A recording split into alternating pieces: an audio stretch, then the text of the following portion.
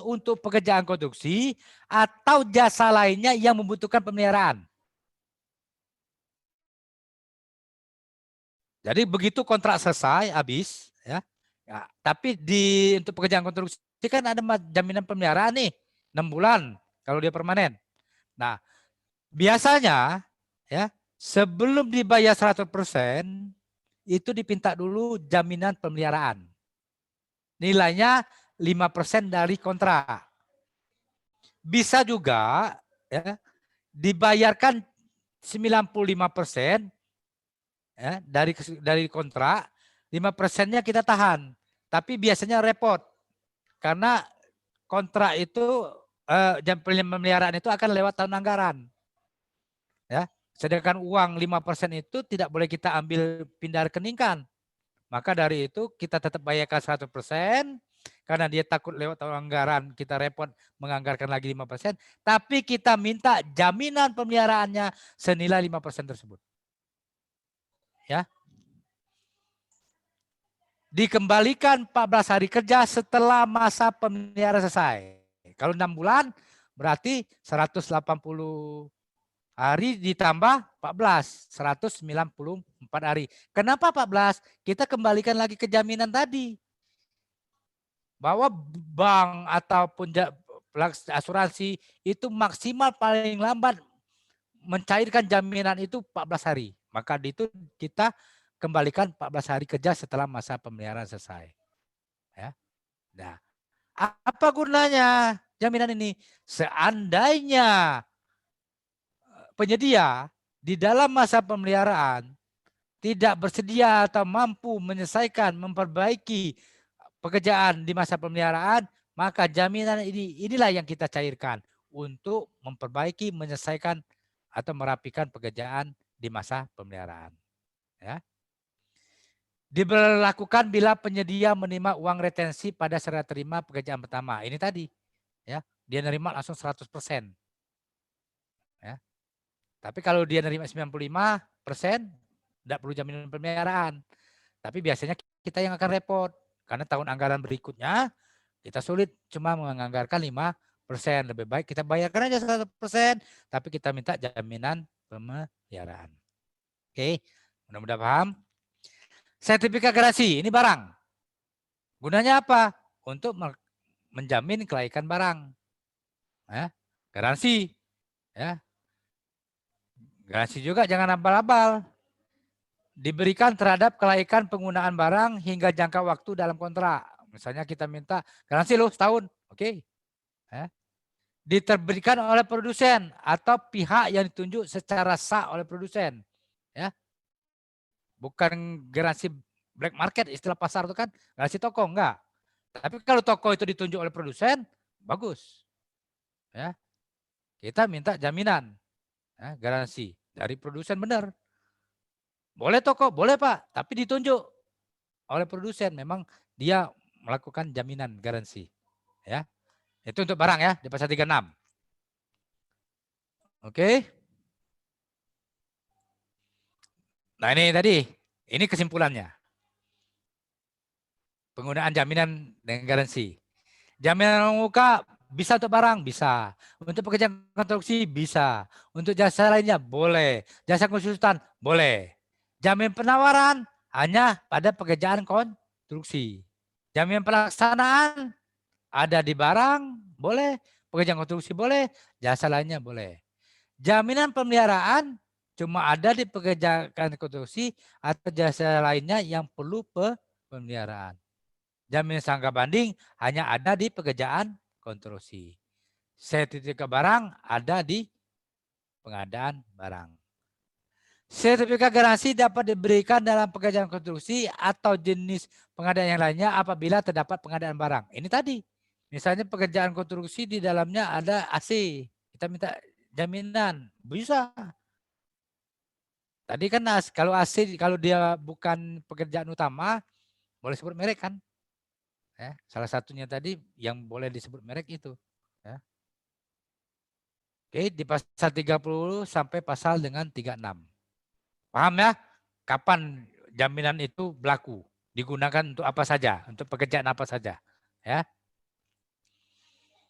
Oke, kita lanjut.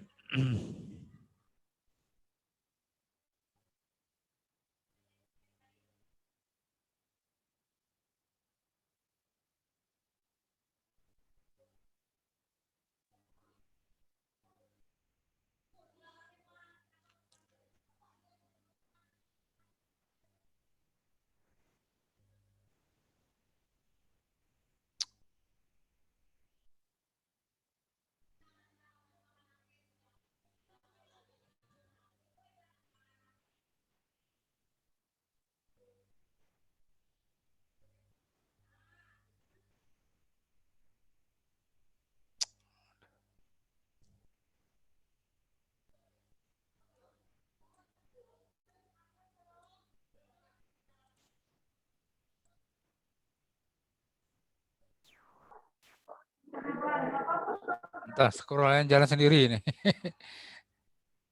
Sampai di mana tadi ya?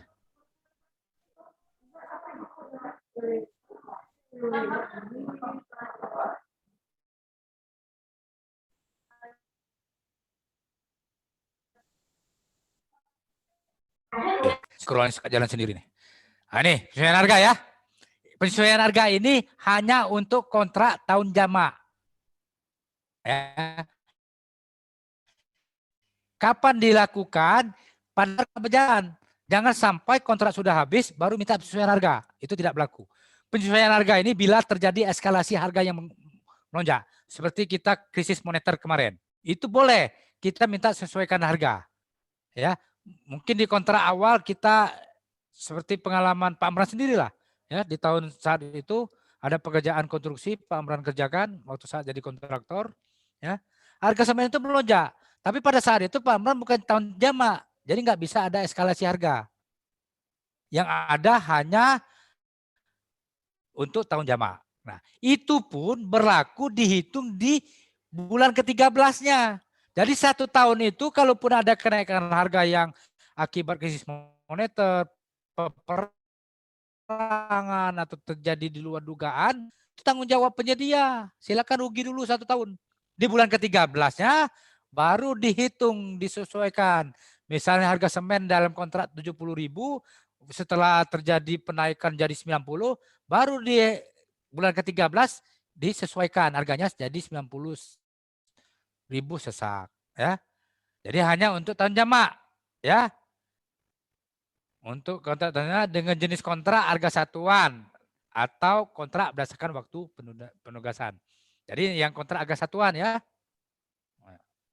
Di pasal 37 ya.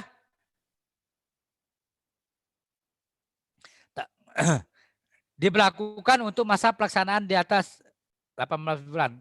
Kalau dia tahun jamak cuma 16 bulan, tidak berlaku juga penyesuaian harga. Jadi minimal pekerjaan tersebut di tahun jamak selama 1,5 tahun. Ya, di atas 18 bulan. Baru ada penyesuaian harga. Ya.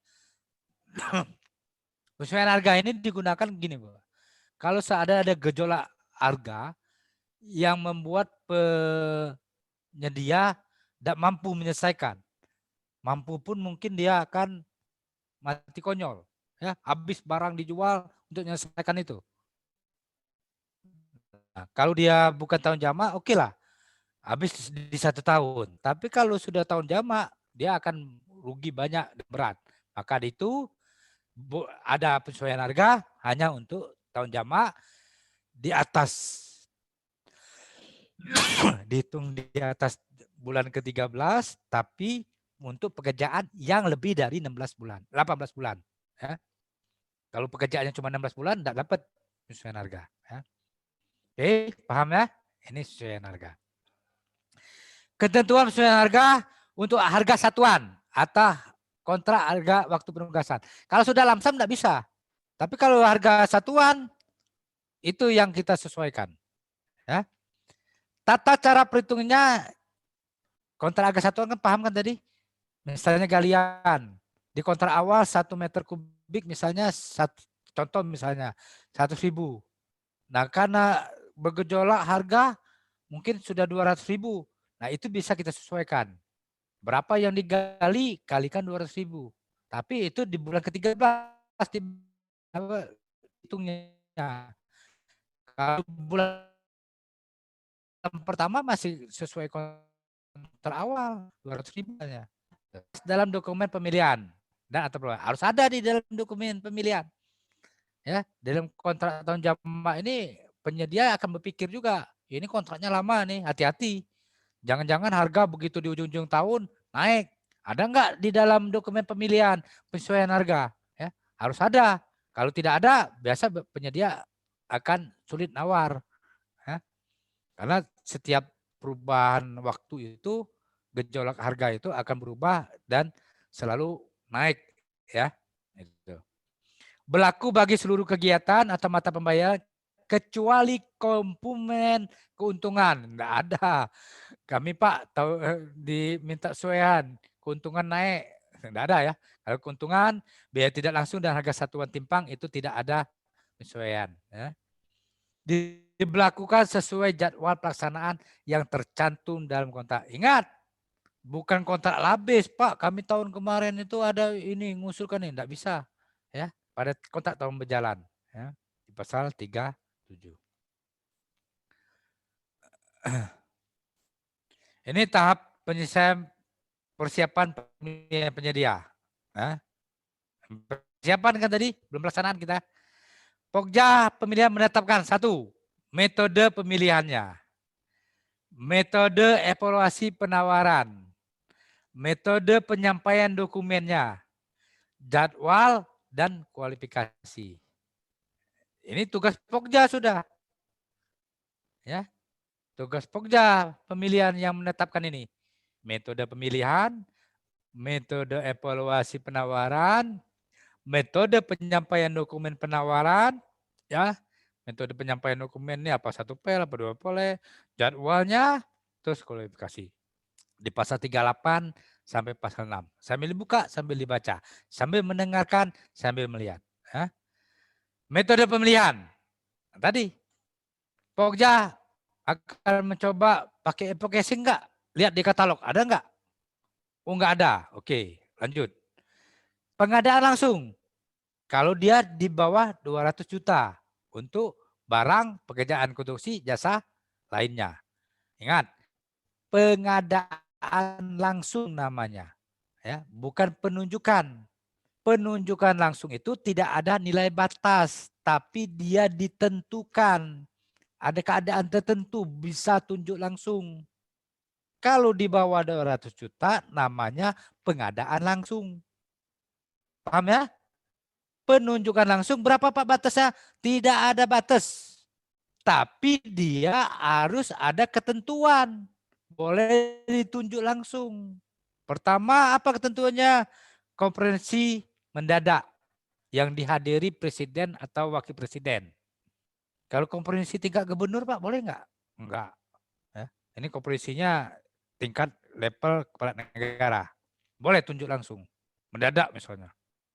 Ya. Misalnya Sekjen PBB merintahkan Indonesia minggu depan rapat pembahasan terjadi perang dingin atau perang. Nah, silakan konferensi mendadak. Tidak mungkin kita mencari-cari EO ini kan langsung tunjuk. Tapi itu yang dihadiri oleh kepala negara. Ya, boleh ditunjuk langsung. Bersifat rahasia. Wah, ini untuk pertahanan negara. Bahaya kalau di tender tahu semua orang. Ya, nah, boleh ditunjuk langsung. Untuk pertahanan negara, boleh ditunjuk langsung. Ya. Satu kesatuan konstruksi. Nah, maksudnya misal gini, ada bangunan misalnya 50 lantai. Di tahap pertama karena bukan kontrak multi-year tapi ini ya, bukan kontrak tahun jamak. Baru sampai 20 tingkat. Untuk tahun berikut tingkat selanjutnya, karena ini satu kesatuan, silakan. Ya. Ditunjuk langsung dengan perusahaan yang telah membangun di awal. Ya. Benih dan pupuk, jelas ini sudah ada di Kementerian Pertanian. Ya. Benih dan pupuk boleh ditunjuk langsung. Sarana prasarana untuk masyarakat tidak mampu boleh ditunjuk langsung. Hak paten, jelas pasti yang punya hak paten yang melaksanakannya kan. Tender ulang atau gagal, Setelah 2 kali dia di tender, ulang, gagal, boleh ditunjuk langsung. Ya, jadi penunjukan langsung tidak ada nilai batas, tapi dia ada keadaan tertentu, boleh ditunjuk langsung. Tender cepat. Tender cepat itu spek dan volume pekerjaan sudah ditentukan rinci, pelaku terkualifikasi dalam sikap. Jadi ada sikap, ya, ada sistem, ya, dibuatkan sikap itu untuk menampung perusahaan-perusahaan yang sudah berpengalaman mengerjakan dengan nilai bagus dinilai oleh PPK, maka dia dimasukkan dalam sikap. Ya. Begitu ada pekerjaan yang sejenis yang pernah dilaksanakan oleh perusahaan tersebut atau penyedia tersebut, maka dia tidak perlu lagi menyampaikan dokumen kualifikasi, tidak perlu lagi menyampaikan persyaratan lainnya, tapi langsung dokumen penawaran dia menawar. Itu namanya tender cepat. Ya. Tapi bagi perusahaan, ya, penyedia yang sudah pernah melakukan pekerjaan itu sejenis, pekerjaan sejenis. Misalnya dia ada pekerjaan bangun ruang kelas baru. Perusahaan tersebut sudah pernah bangun itu dan dinilai PPK bagus, rapi. Maka dia akan masuk dalam sikap. Dia daftar di sikap dan masuk. Begitu ada pekerjaan sejenis, otomatis akan masuk di dalam email dia, di dalam sistem dia, dan dia tinggal masukkan penawaran. Itu namanya tender cepat. Ya. Tender jika tidak dapat menggunakan metode lainnya. Jadi kalau tidak ada di katalog, di atas 200 juta, ya, bukan keadaan tertentu, bukan tender cepat, berarti wajib tender. Ya, pasal 38. Paham ya? Ini metode pemilihan ya. Selanjutnya, untuk jasa konsultan. Kalau jasa konsultan, pengadaan langsungnya di bawah 100 juta. Jadi sampai dengan 100 juta itu pengadaan langsung. Tapi kalau tadi itu kan barang, jasa konstruksi, dan jasa lainnya sampai dengan 200. Tapi untuk jasa konsultan hanya sampai dengan 100 juta. Itu namanya pengadaan langsung. Pengadaan langsung ini keadaan tertentu juga. Sama. Bila mana untuk jasa konsultan, ya, satu pelaku usaha yang mampu, cuma dia lah yang mampu, ya. Cuma dia yang bisa mendesain misalnya. Nah, sudah tunjuk langsung. Ya, tidak ada nilai batas, ya. Tapi keadaannya ada keadaan-keadaan. Pemegang hak cipta, lo dia yang punya hak cipta. Jasa konsultan, tidak bisa kita tunjuk lain. Harus dia, tidak bisa kita seleksi. Tunjuk dia langsung. Karena dia pemegang hak cipta. Konsultan hukum yang segera dan tidak bisa ditunda. Nah ini tadi, ada kasus, segera nih. Udah, penunjukan langsung. Tidak ada batas nilai. Ya. Atau refer order, maksimal 2 kali. Refer order ini, misalnya dia sudah mendesain, merencanakan. Ya, pekerjaan yang sama di tahun depan ada lagi. Maka tunjuk aja dia langsung sebagai perencananya. Tapi maksimal cuma 2 kali. Tidak boleh 3 kali. Tahun ketiga ada lagi, nggak boleh. Harus ikut seleksi.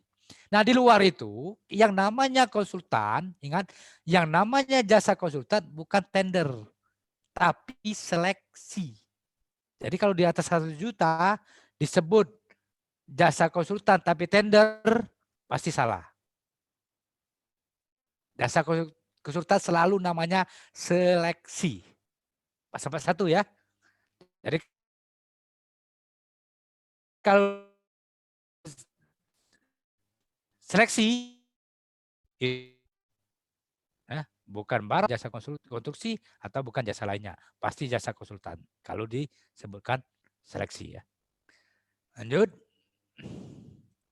Metode penawaran. Nah ini tadi. Metode evaluasi. Metode evaluasi penawaran jasa konsultasi. Sebentar. Yang ini dulu.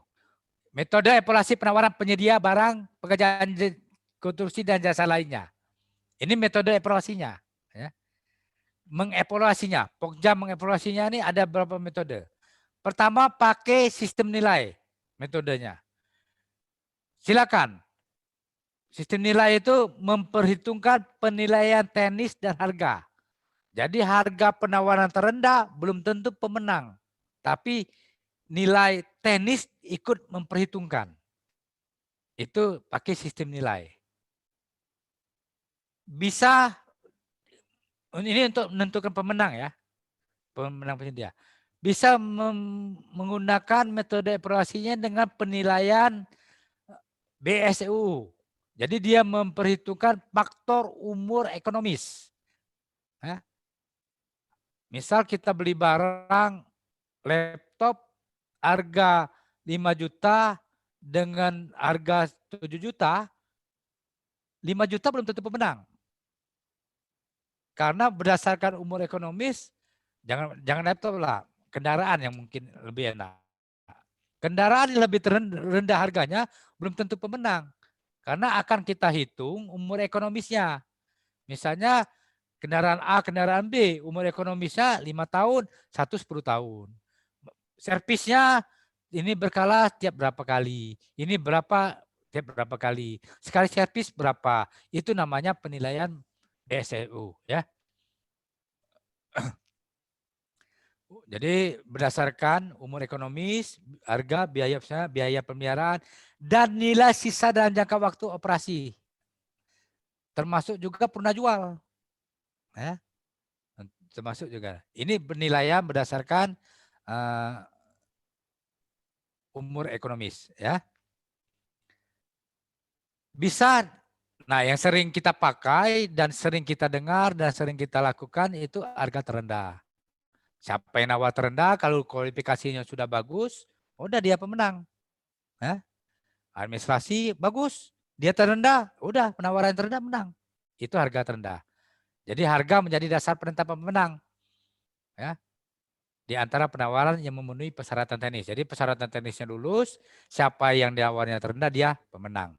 Kalau sistem nilai belum tentu dia penawaran terendah pemenang, tetapi ada penilaian teknis, ya, kualitas mutu, ya. Kalau berdasarkan BSU berdasarkan umur ekonomis, ya, pembiayaan selama pelaksanaan, selama masa pemakaian, itu berdasarkan BSU penilaian. Pasal 39 ya, itu untuk barang pekerjaan konstruksi untuk jasa lainnya.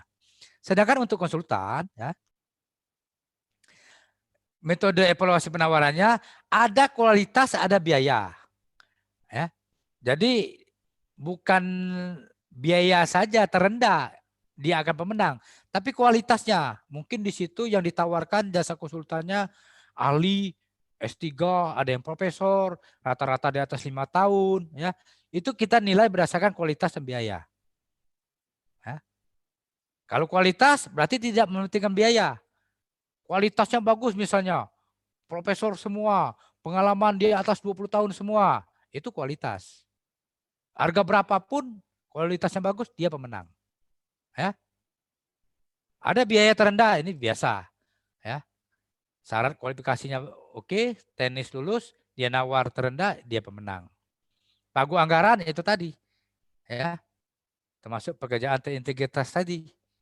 Nih, saya ada 3M. Saya minta bangunkan rumah lengkap isinya dengan taman. Silakan Anda rencanakan sendiri, Anda bangun, Anda awasi sendiri. Ini nilainya. Itu pagu anggaran, ya. Itu untuk jasa konsultasi, ya. Karena jasa konsultasi ini dibayar berdasarkan ilmunya, pemikiran dia, ya. Bukan berupa barang. Jadi modal dia cuma ilmu, brains, ya. Jasa konsultasi, ya. Otak.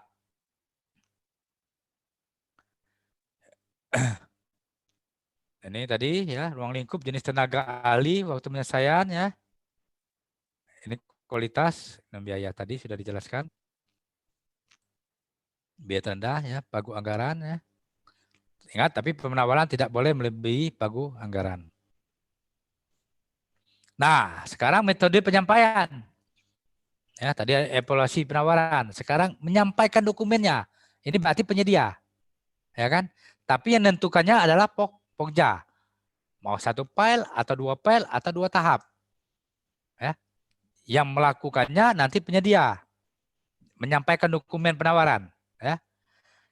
Ada 1 file, ada 2 file, ada 2 tahap. Ya. dulu namanya amplop atau amplop, dua amplop, suka disalahgunakan, ya. Amplop kedua untuk Pokja katanya ya. Nah, karena ini sistemnya upload, ya, maka namanya file. Jadi dibuatkan satu file, dibuatkan dua file, atau dilakukan secara dua tahap. Jadi satu file syarat teknis kualifikasi, satu file itu penawaran. Kalau dianggap satu file berarti digabung. Tapi kalau dibuat dua file berarti teknis dan kualifikasi dipisahkan dengan penawaran. Berarti dua file. Dua tahap berarti teknis dan kualifikasi dulu. Oke, baru tahap selanjutnya penawaran. Itu intinya. Ya, di pasal 40. Nah ini. Ya. Nih, satu file.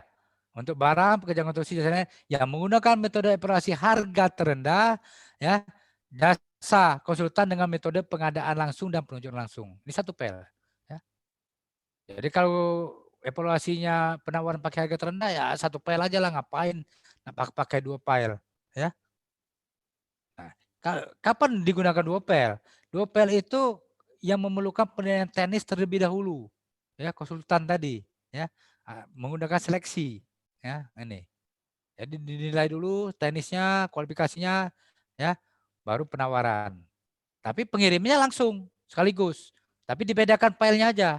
Kalau dua tahap, beda. Tahap pertama, spesifikasi belum bisa ditentukan dengan pasti. Berbagai alternatif teknologi dimungkinkan perubahan spek persyaratan teknis. Jadi tahap pertama dulu, baru nanti masukkan di tahap kedua itu penawaran. Nah, di pasal 40 dan 43.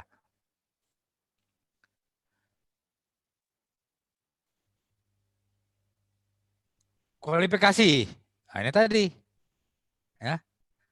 Tadi ada yang masih bingung, Pak, apa beda kualifikasi dengan pasca?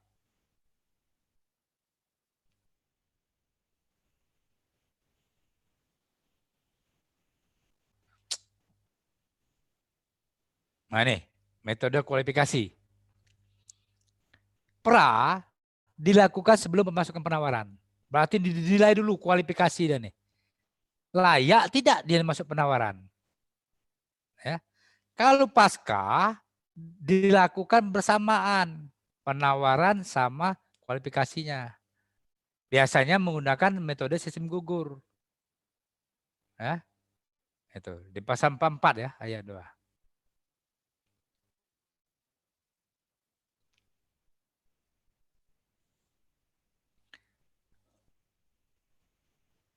Ini metode untuk jasa konsultan, ya, sistem pembuatan dengan ambang batas, ada istilahnya daftar pendek peserta seleksi, ya, short list.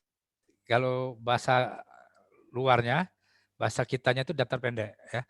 Daftar pendek ini, ya, jadi yang namanya konsultan itu dalam seleksi tidak ada yang tidak lulus dan lulus, ya, tapi dia akan di ranking, ya, berdasarkan nilai tertinggi sampai 5 besar biasanya. Atau bisa juga 7 besar, silakan mau pakai yang bagaimana. Ya, tapi di atas 3. Ya. Jadi misalnya ada 30 peserta yang daftar kualifikasi, ya, pra. Yang bukannya yang lulus 5 enggak, tapi kita ranking. Trot, akhirnya kita putuslah sampai 5, itulah namanya istilahnya daftar pendek peserta seleksi. Nah, 5 orang inilah yang akan memasukkan penawaran. Ya, itu. Kalau di barang jasa itu langsung aja seluruh peserta tender siapa yang terendah, ya, dia pemenang atau sistem gugur dia. Ya.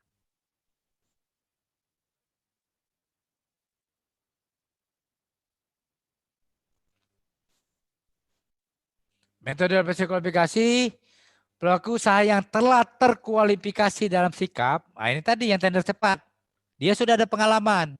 Selama ini Pak Bu, ya, kenapa dilakukan ada sikap ini? Dulu banyak penyedia yang sudah pengalaman, tapi tender lagi di tahun berikutnya, dia gugur di administrasi, kan aneh. Sebelumnya dia sudah pernah pengalaman bagus, ya enggak? Tapi di ngikut tender selanjutnya bukan karena kalah di harga, tapi kalah digugurkan secara administrasi. Ini tadi akan ada persekongkolan. Maka dari itu bagi penyedia yang sudah ada pengalaman pekerjaan sejenis dan selesai dengan pekerjaan itu dengan baik dinilai oleh PPK, maka dia akan dimasukkan di dalam sikap. Jadi tidak perlu lagi syarat administrasi pembuktian. Jadi cukup rendah dia pemenang. Dan dilarang menambah tidak objektif. Ini sering terjadi. Nama-nama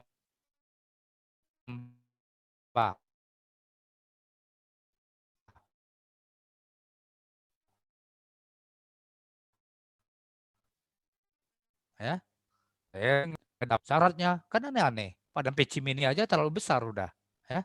Nah, itu ya, tidak boleh ya, Pokja untuk menambah persyaratan kualifikasi ya. Di pasal 44 di ayat 8 dan 9. Jadwal pemilihan ya. Jadwal pemilihan untuk setiap tahapan ditetapkan berdasarkan alokasi waktu yang cukup bagi pekerja pemilihan dan peserta pemilihan sesuai dengan kompleksitas pekerjaan. Ya. Nih, contoh. Ya. Ini pra. Pra bisa makan waktu 39 hari. Ya.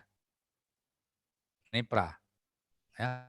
Mulai dari pengumuman pra sampai dia ke ini. Nah, ini undangan tender. Undangan tender ini setelah ini daftar pendeknya ini. Pendaftaran penggunaan ini dapat daftar pendek di sini. Tidak puas, silakan sanggah kualifikasi. Ya, diberi waktu 5 hari. Nah, tidak ada undangan tender, peserta yang dinyatakan memenuhi dokumen tadi, ya mendaftar. Nih, ya. Di saat waktu pendaftaran ini ada waktu pemberian penjelasan, unwizing namanya. Ini gunanya, ya di sini juga ada waktu penjelasan.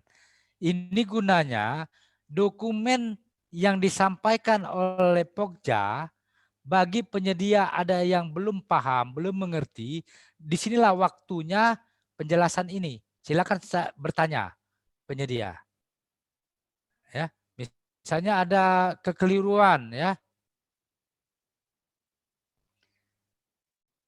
Misalnya ada kekeliruan. Maka di saat pemberian penjelasan ya, inilah para penyedia akan bertanya. Kalau seandainya ada perubahan di dokumen yang disampaikan oleh Pokja, maka dokumen itu harus diadendum dan harus disampaikan kembali kepada para peserta. Ya, tuh. Ini yang pra. 24 hari. Ya. Nih. Unwizingnya ada. Di saat-saat pendaftaran dan pengambilan dokumen ini. Ada. Ya. Sebelum dia nyampaikan penawaran, diberikan waktu untuk pemberian penjelasan unwizing. Kira-kira dokumen yang disampaikan ini ada nggak yang bingung, yang keliru? Kalau ada di saat inilah disampaikan. Baru mereka nyampaikan dokumen penawaran. Ya, pembukaan sehari ini evaluasi semua. Sampai dengan masa sanggah banding hanya untuk konstruksi di atas serat. Di atas berapa? 10 miliar. Kalau nggak ada sanggah banding sampai sini aja dia. Sampai 19 hari. Ya. Tapi kalau konstruksi di atas 10 miliar itu sampai 24 hari. Tender cepat tidak sampai seminggu. Ya, yang terdaftar di dalam sikap. Oke, Bapak, Ibu, para peserta, slide kita sudah habis untuk materi 6. Karena hari ini kita sampai dengan materi 7 ya. Kita sampai ke materi 7. di pelaksanaan swakelola itu kalau tidak salah nyambungnya setelah makan siang ya. Setelah makan siang. Mana? Saya cek jadwal dulu. Iya. Setelah makan Ada materi 7. Oh ya. Pak Pak Amran nawarkan ya, kita istirahat 15 menit. Halo peserta? Halo? Ya Pak. Gimana? Kita istirahat 15 menit ya. Terus masuk materi 7 PBJ melalui swakelola. Karena swakelolanya nggak banyak, kita selesai jam 12. Jadi tidak ada isoma lagi. Besok baru kita lanjut materi selanjutnya. Mau ya? Mau Pak. Jadi nggak usah isoma. Baik, Ya. tadi ada jeda 15 menit, saya beri waktu nanti setelah ini. Sekarang silakan kalau ada yang mau bertanya dulu sebelum kita jeda istirahat. Ya silakan Pak Yan ya. Terima kasih Pak. Ya. Tadi saya belum dapat ini Pak contoh pekerjaan turnkey, kontrak turnkey. Apa? Turnkey. Pekerjaan? Kontrak turnkey, terima jadi Pak. Oh, kontrak terima jadi, oke ya. Contohnya satu, yang kedua, yang kedua tentang jaminan uang muka Pak. Terus terang saya konsepnya agak kurang paham nih Pak. Jaminan uang muka kan dari penyedia ke PPK ya Pak ya. Jaminan. Iya kan. Nah, terus PPK memberikan uang muka nanti. Jadi konsepnya seperti apa ya Pak ya? Jadi jaminannya untuk apa? Terus PPK nanti memberikan uang muka untuk apa gitu kan? Ya. Terima kasih Pak. Oh, baik. Saya langsung jawab ya. Turnkey itu kontraknya terima jadi Pak. Jadi harganya pasti ya. Dibayar berdasarkan kontrak. Jadi harganya sudah pasti. Jadi contohnya misalnya bangunan rumah Pak, ya 3 kamar bangunan sudah jelas, gambar jelas, ya harganya jelas. Jadi dibayar setelah dalam kontrak boleh pakai termin atau setelah terima jadi. Jadi misalnya dalam kontrak jadi kamar di lantai misalnya belum diplaster, ya 30% dibayar. Atau bisa juga terima jadi dibayar sekaligus. Harganya sudah pasti. Itu turnkey. Kalau yang ini bedanya dengan apa yang lamsam? Ya. Lamsam itu pengadaan barang yang Halo? Ya, kalau lamsam itu kebanyakan pengadaan barang, Pak. Oh, jadi AC, misalnya laptop. Kalau konstruksi ya kalau di harga satuan itu belum tahu volumenya, tapi harganya sudah tahu. Misal upah galian 1 kubik tanah 200.000 misalnya. Tapi berapa nilai yang kita bayar belum tahu. Itu harga satuan. Akan kita bayar, langsung kita ukur dulu. Hah? Maksudnya perbedaan yang persis lumsum dengan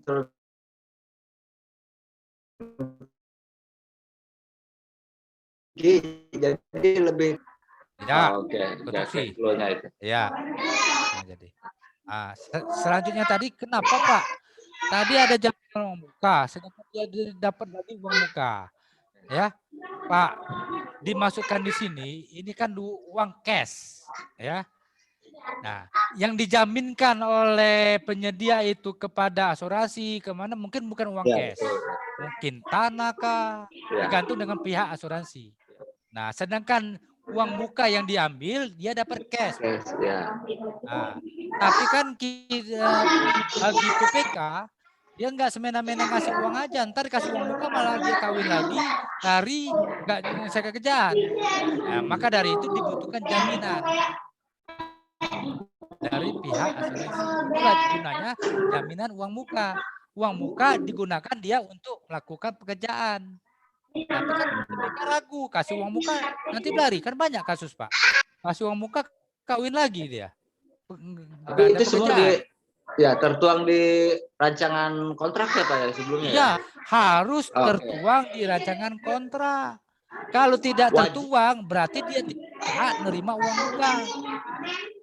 Kalau kita apa? Betul, Pak. Paham. Kalau kita sifatnya opsional atau enggak kita mencantumkan di kontrak itu, Pak? Kalau misal PPK ya, Pak ya. Mencantumkan jaminan Tergantung uang muka PPK. atau uang muka. Oke. Iya. Tapi Mau tidak ada kasih uang muka kewajiban atau ya, tidak Pak? tergantung PPK. Ya, Di Perpres nggak ada wajib nggak ada. mencantumkan. Oke. Opsional Adanya aja, di Pak ya. perkara KPP. Jadi tergantung PPK. Oke. Kalau PPK minta saya mau perusahaan bonafit lah yang ada modal sendiri, yang tidak ada uang muka. Di rancangan kontrak tidak perlu disampaikan. Betul, Pak. Paham ya? Paham, Pak. Oke. Ada yang lain? Ada yang lain? Kalau enggak kita istirahat 15 menit, kita masuk 11.15, kita selesaikan jam 12, enggak ada isoma. Setuju ya? Oke? Oke, Pak. Halo panitia? Pak Okta? Siapa panitia di sini? Admin? Halo? Panitia? Siap. Pak Okta, silakan Pak Okta. Pak Okta, kita jeda cuma 15 menit. Halo Pak Okta.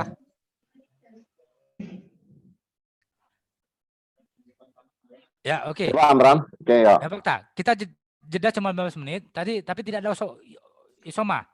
Jadi 11.15 kita masuk, saya selesaikan sampai jam 12. Oke. Sip. Oke. Nanti Ya, jam ya. 1, jam 2 saya kirim ke WA soal tryout, tolong para peserta kerjakan. Terserah mau malam, yang penting sesuai saat seakan-akan ujian benar. Nanti Ya. besok Siap. kita hitung kemampuan Bapak Ibu berapa nilainya. Oke?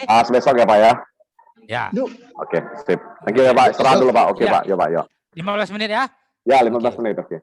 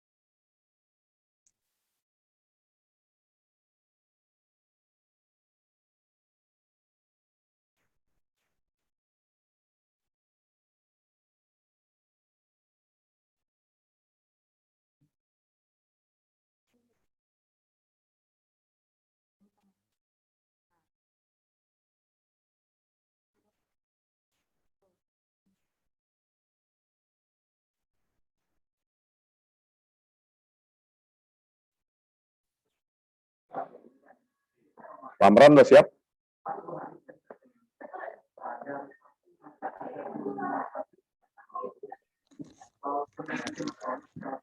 Oke. Bisa kita mulai, Pak? Lanjut aja, Pak. Oke, lanjut ya. Izin Ah. kita. Yo. Baik, makasih Bapak Ibu. Kita lanjut. Ini enggak banyak ya.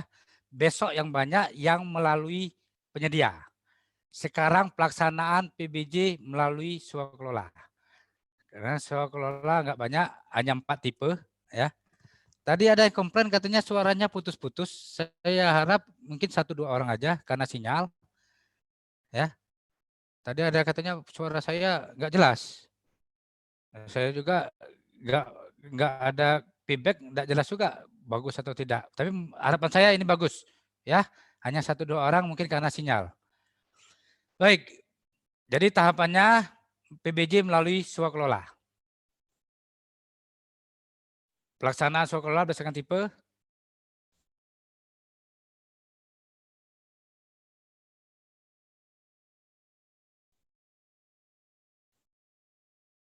Oke.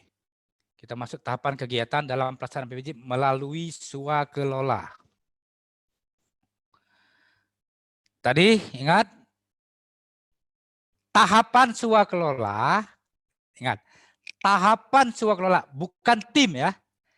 Tahapan swakelola itu ada 5. Ada perencanaan, persiapan, pelaksanaan, pengawasan dan pelaporan, dan pertanggungjawaban. Ini tahapan. Ya. Tahapan kegiatan swakelola, ingat tahapan. Beda dengan tim. Tim ada 3 nanti. Ini ada tahapan. Perencanaan, persiapan, pelaksanaan, pengawasan, pelaporan, dan pertanggungjawaban.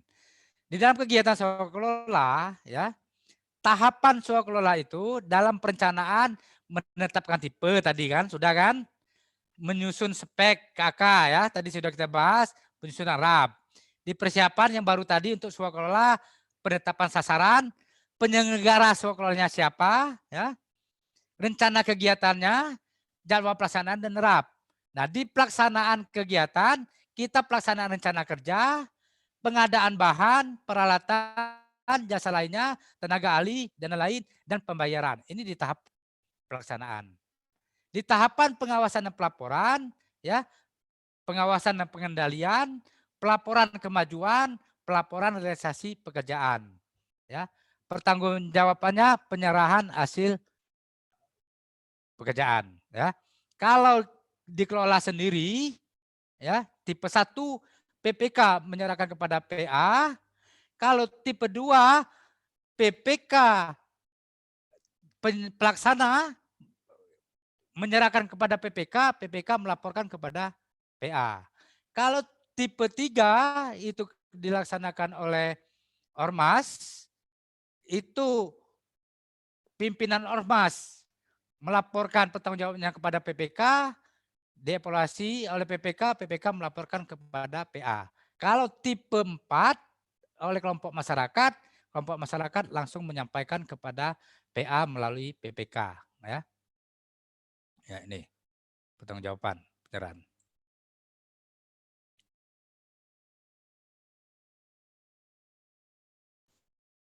Pelaksanaan berdasarkan tipe. Ya, tipe. Ini sudah berapa kali kita kupas-kupas, kita bahas. Jadi swakelola nggak ada keliru lagi, ya.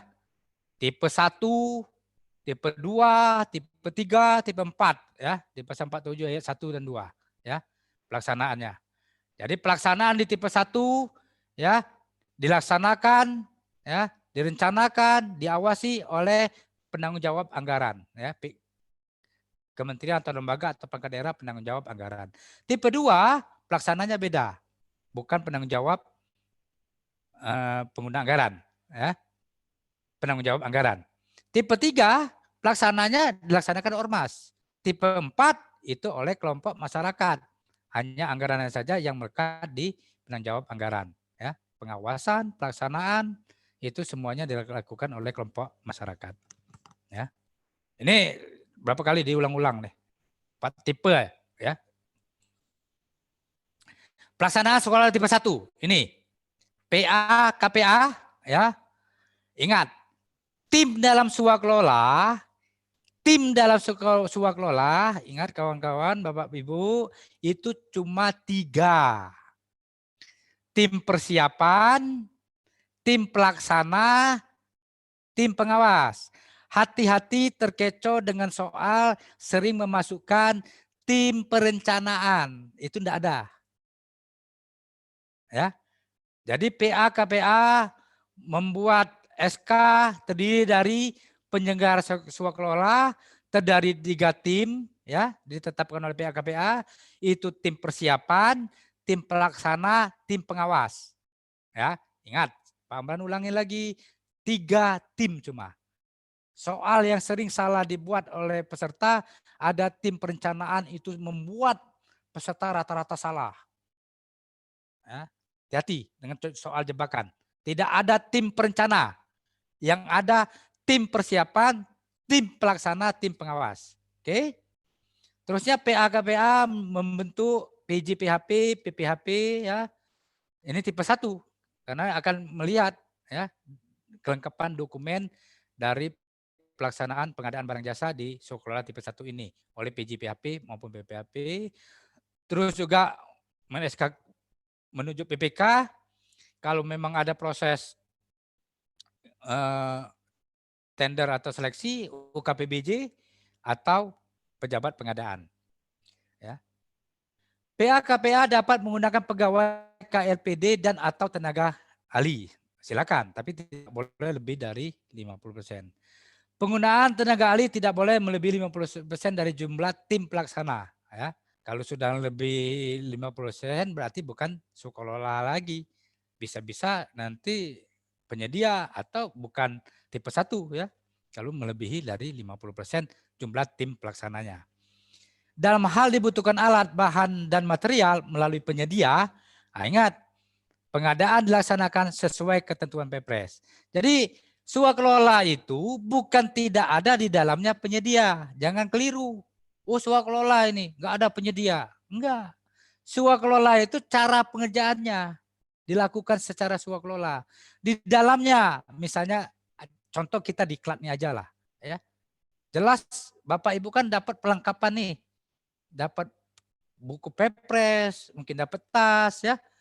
Nah itu tidak mungkin dibuat sendiri kan oleh panitia, oleh tim pelaksana. Pasti melalui proses pengadaan barang jasa. Mungkin melidi katalog, ya, atau pengadaan langsung, kita nggak tahu. Yang jelas di dalam swakelola, kalau memang dibutuhkan alat, bahan, material melalui penyedia, pengadaannya dilaksanakan sesuai ketentuan dan Perpres. Ya, bisa terjadi swakelola di dalamnya ada penyedia, itu tadi, ya, untuk pengadaan bahan, alat, ya. PJPHP, PWP melakukan pemeriksaan administratif, ya. Jadi PJPHP pelaku PBJ kemarin sudah dibahas, tidak lagi ngecek kuantitas, kualitas, tidak. Dia hanya administratif, terhadap hasil pekerjaan swakelola yang akan diserah terimakan. Ya. Jadi tidak ada lagi disalah-salahkan nanti ikut-ikut. Ya. Dulu kan PJPHP, PHP turut serta. Ya. Nah sekarang tidak. Dia batasnya hanya pemeriksaan administratif. Ya. Di pasal 47 ayat 1. Sambil dibaca ya Perpresnya. Nah, oke. Ini tipe 1. Tipe 2 ya. Nah, tipe 2 ini ada kesepakatan kerjasama antara PA-KPA ya di Kementerian Lembaga Perangkat Daerah sebagai penunjuk anggaran dengan pelaksana swaklola di kementerian atau di lembaga atau perangkat daerah. Buat kesepakatan bersama ya, PA-KPA membentuk UKPBJ atau PP untuk menyelenggarakan swaklola yaitu tim persiapan dan tim pengawas. Ingat, hanya 3 tim. Sedangkan tim pelaksana di SK-kan oleh pelaksana swaklola tipe 2. Jadi di penanggung jawab anggaran di tipe 2 tidak membentuk tim pelaksana, hanya membentuk tim persiapan dan tim pengawas di tipe 2. Tim pelaksana ada di pelaksana swaklola. Ya. Nah, siapa yang menandatangani kontrak? PPK dengan ketua tim pelaksana. Nah, kontrak swaklola namanya. Ya. Dalam hal dibutuhkan alat, ya, bahan material melalui penyedia, pengadaannya dilaksanakan sesuai ketentuan Perpres, ya, sama. Dalam hal pelaksanaan swaklola tipe 2 tidak mampu melaksanakan PBJ, seandainya ada butuh alat, tapi yang pelaksananya tidak bisa atau tidak ada pekerja itu, maka dapat dibuatkan kontrak terpisah dengan PPK. Ya. Pasal 2 ayat Pasal 47 ayat 2. Ya. Ini yang tipe 2. Tipe 3. Tipe 3 sama dengan tipe 2 tadi, tapi pelaksananya pimpinan ormas. Ya. Kalau UKBJ, PP, penyelenggara swakelolanya yang ada di penanggung jawab anggaran cuma tim persiapan dan tim pengawas. Ya. Sedangkan tim pelaksana ada di ormas. Kontraknya sama, ya. Sama, ya. Cuma ingat aja kalau kalau tipe 3 itu ormas, kalau tipe 2 itu KLD PD, ya. Kementerian Lembaga Perangkat Daerah lainnya, bukan penanggung jawab anggarannya. Ya. Kalau di tipe 4, semua tim itu ada di kelompok masyarakat. Tim persiapan, tim pelaksana, dan tim pengawas ada di tipe 4 ini di kelompok masyarakat. Bukan penanggung jawab anggaran. Bukan penanggung jawab anggaran, pengguna anggaran bukan di sini. Adanya di tipe 4 di kelompok masyarakat. Kontraknya pimpinan kelompok masyarakat dengan PPK. Ya, di pasal 47 ayat 4. Ingat, tim di dalam swakelola ada 3. Jangan terkecoh dengan tim perencanaan. Selalu banyak yang salah di situ. Ya, ada tim perencanaan, enggak ada. Cuma ada tim persiapan, tim pelaksana, tim pengawas. Itu tim di dalam swakelola. Kalau di tipe 1 semua tim ada di penanggung jawab anggaran. Di tipe 2 tim pelaksananya di pelaksana swakelola. Di tipe 3 tim pelaksananya ada di ormas. Di tipe 4 semua tim persiapan, tim pelaksana, dan tim pengawas ada di kelompok masyarakat. Paham ya? Pasal 47 ayat 4. Lanjut.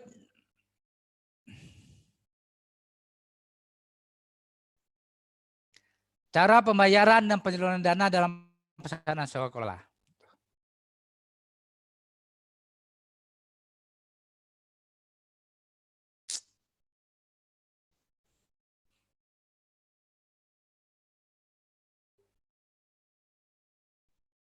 Aduh.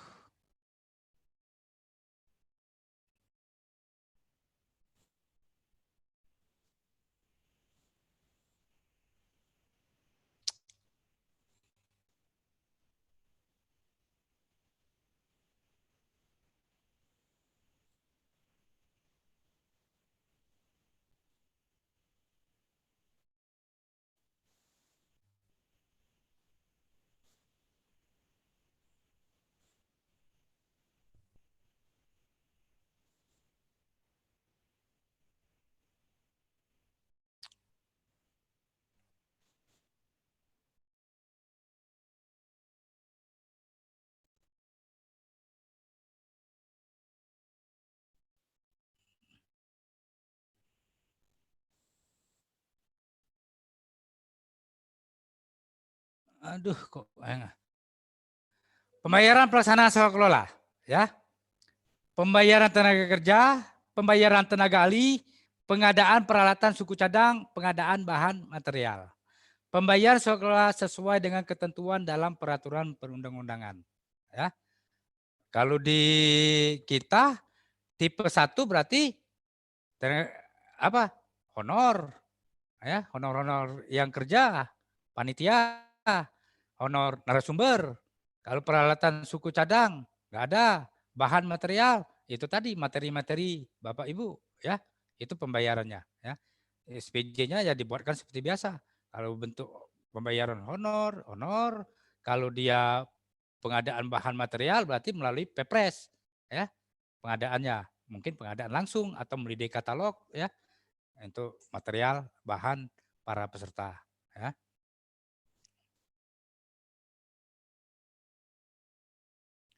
Pengawasan dan pertanggungjawaban pada pelaksanaan sekolah.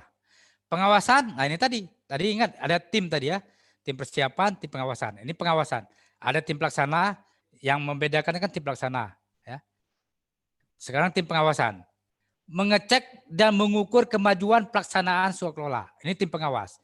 Kalau di tipe 1, tim pengawas ada di penanggung jawab anggaran. Di tipe 2 ada di penanggung jawab anggaran. Di tipe 3 ada di tim pengawas penanggung jawab anggaran. Di tipe 4 ada di kelompok masyarakat. Jadi tim persiapan dan tim pengawas itu kecuali di tipe 4 selalu ada di kelompok di penanggung jawab anggaran. Ya.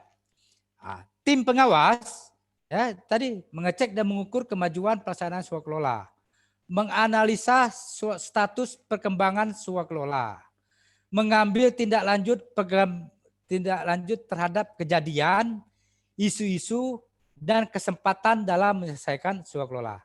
Ini, ya, tugas dari tim pengawas. Ya.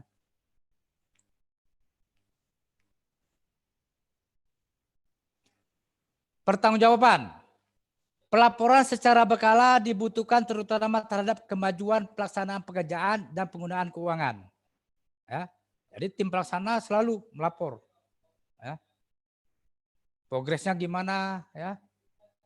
Pelaporan dari pekerjaan dan biaya yang direncanakan terhadap aktual realisasi fisik,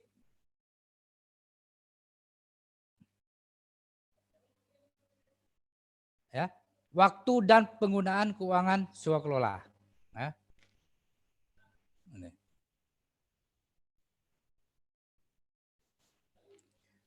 Penyerahan hasil pekerjaan dapat dilaksanakan setelah seluruh pekerjaan dalam kontrak telah selesai dilakukan 100%. Nah, jadi 100%. Jadi tim pelaksana akan melaporkan kepada PPK bahwa telah dilaksanakan ini, ya. PPK yang akan melaporkan kepada PA atau KPA. Ya. Tim pelaksana menyerahkan hasil pekerjaan sekolah kepada PPK dengan berita acara serah terima. Ya, ada berita acara serah terimanya. Ya. Jadi tim pelaksana melaporkan kami telah melaksanakan, dibuatkan berita acaranya, ya, apa yang telah dilaksanakan, apa hasilnya, outputnya. Ya. Ada berita acara serah terima.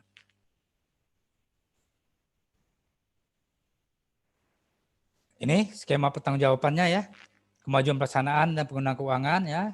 Tim pelaksana laporan berkala kepada PPK, ya. Hasil pekerjaan swakelola ada berita acara serah terima dari tim pelaksana kepada PPK. Pelaksana swakelola diawasi oleh tim pengawas secara berkala, ya. Jadi 3 tim tadi. Ada tim persiapan, ada tim pelaksana, ada tim pengawas. Baik Bapak Ibu. Ini serah terima administrasi hasil PBJ, ya. Nanti serah terima administrasi hasil pekerjaan swakelola itu dari PPK dibuatkan berita acara serah terima kepada PA KPA. Setelah itu PA KPA akan menugaskan PJ PHP, PHP atau panitia, ya, penerima hasil pekerjaan untuk melakukan pemeriksaan administrasi terhadap hasil pekerjaan swakelola yang akan diserah terimakan. Jadi PA KPA merintahkan nanti PJ PHP, ya, kalau pengadaan langsung Kalau sifatnya tender mungkin akan panitia ya. Tolong. Apa ada Pak swakelola pakai panitia? Ada banyak. Ya. Di PU itu jalan itu swakelola rata-rata 2M, 3M. Ya. Itu melibatkan PP pejabat ya. Bukan pejabat, panitia dia. Ya. Ya. Nih. Setelah dicek secara administrasi diserahkan pada PA-KPA ya untuk proses pembayaran anggaran. Oke, Bapak Ibu sekalian, nggak terlalu banyak ini untuk pelaksanaan secara swakelola. Besok kita bahas yang melalui penyedia. Nanti setelah sholat Zuhur makan siang, Pak Amran coba akan upload melalui WA soal tryout, silakan dikerjakan, mau malam, mau subuh. Yang jelas besok baru kita bahas setelah materi selesai. Ya. Dan tolong jawab sejujurnya, ya, jangan tanya-tanya kawan, tapi buka buku Pepres kalau tidak tahu dengan waktu 2 jam, 120 menit. Ya. Oke, sebelum saya serahkan panitia, ada yang perlu ditanyakan? Silakan. Ada yang perlu ditanyakan masalah pelaksanaan melalui swakelola? Tahapannya ada berapa tadi swakelola? Ada 5, timnya ada 3, tipenya ada 4. Ya. Jangan terkecoh-kecoh lagi. Yang sering salah itu tim. Ada tim perencanaan. Selalu salah itu jawaban dari peserta. Nggak ada tim perencana ya. Yang ada tim persiapan, tim pelaksana, dan tim pengawasan. Ya. Kalau masih juga salah peserta ini soal masih nulis tim perencanaan, nggak tahu lah saya. Ya. Hati-hati soal BS ya. Hati-hati soal BS. Banyak soal jebakan. Ada yang perlu didiskusikan? Silakan. Ada yang tanya? Mudah-mudahan diam Bapak Ibu paham, ngerti. Ya. Cukup jelas, Pak. Cukup jelas.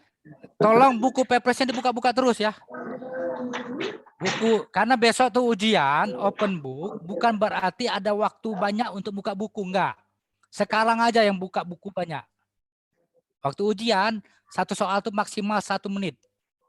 Ya, jangan bawa contoh-contoh soal enggak perlu, enggak. Slide apalagi enggak perlu. Ya. Mulai sekarang buka Pepresnya. Ya. Tanda-tandai silakan, ditanda-tandai. Tapi yang dikasihkan Hasan daftar isi itu lebih enak. Ya. Tapi cocokkan dengan cetakan yang dikasih oleh Badan Diklat, sama enggak alamannya? Kalau enggak, ya download aja lah, print aja Pepresnya. Silakan Pak Altah, kalau enggak ada. Oke, terima kasih Pak Amran. Bapak Ibu semuanya, untuk materi hari ini sudah selesai. Ada yang masih penasarankah? Sebelum kita tutup. Halo? Peserta. Penasaran ya? Penasarannya nanti aja lah berarti kalau nggak bisa diceritakan sekarang. Oke, Bapak Ibu, mohon kerjasamanya. Besok kita akan mulai jam 8 sampai dengan selesai. Nanti Pak Amran akan sharekan ininya, apa namanya, soal. Tolong dikerjakan aja di rumah, diperhatikan, buka Kepres, segala macam. Besok kita bahas setelah selesai materi tadi penunjuk Pak Amran. Tolong dihidupkan semua videonya Bapak Ibu. Kita akan foto bersama. Amran, sekali bentar kita foto bersama dulu. Silakan operator. Silakan. Gas. Baik, Bapak Ibu, silakan dibuka dulu videonya. Kita kayak kemarin aja ya, tangannya gini aja untuk foto agenda hari ini. Baik, senyum Bapak Ibu. Dalam hitungan ketiga, 1, 2, 3. Oke, baik. Terima kasih Bapak Ibu. Bapak Ibu, Pak Amran, terima kasih untuk hari ini. Besok kita ketemu lagi jam 8 tepat ya kalau bisa. jam 8 tepat kita bisa langsung kita memampalkan waktu. Salam sehat bagi kita semuanya. Sampai ketemu. Terima kasih Pak Moderator.